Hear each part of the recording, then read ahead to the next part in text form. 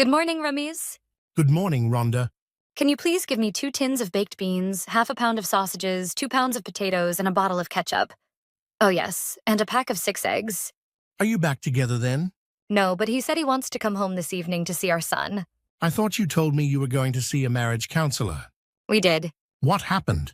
Well, she made us sit down on 2 separate desks, gave us each a piece of paper, and asked us each to write on it all the things we like about each other.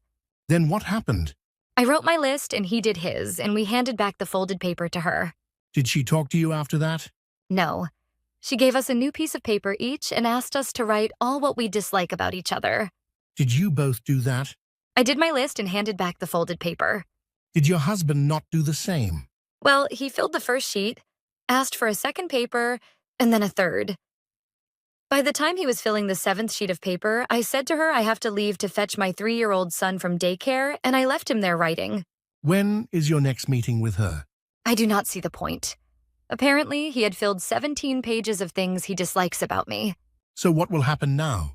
I stopped caring and became indifferent. Did he ever love you or you him? I think you cannot measure love before at least 10 years of marriage. The illusion that it is evaluated in months or days is what causes us to make mistakes and assume what we feel is love. Do you think many people will share your opinion? I do not know and do not care. Are you not too young to give up on life so soon? The illusion that life starts and ends with having a husband irrespective of his qualities or what he adds or subtracts to my happiness is what I have given up on. If we turn the clock back 3 years, will you marry him again? My mistakes started long before I met him. I need to turn the clock back much more than 3 years for me to truly be able to change my life for the better. Why do you not start to change it now? I will try. What do you think I should do?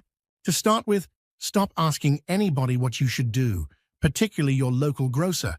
But I always relied on others to advise me.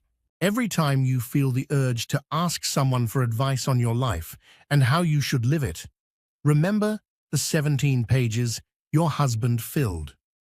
The person who is giving you the advice cannot care for you more than your husband once did. Moreover, such advice will be meaningless, as it will be based on the advisor's own concepts of life. Spiritually, no one is the mirror image of another. Does that apply to the advice you have just given me? Of course it does. Now I am more confused than I was before. That is a good start. Is it good to be confused? Confusion means your brain needs more data, or your emotions need more input, or your environment needs more questioning. Then what happens? In your case, I do not know. In my case, it is a state of being.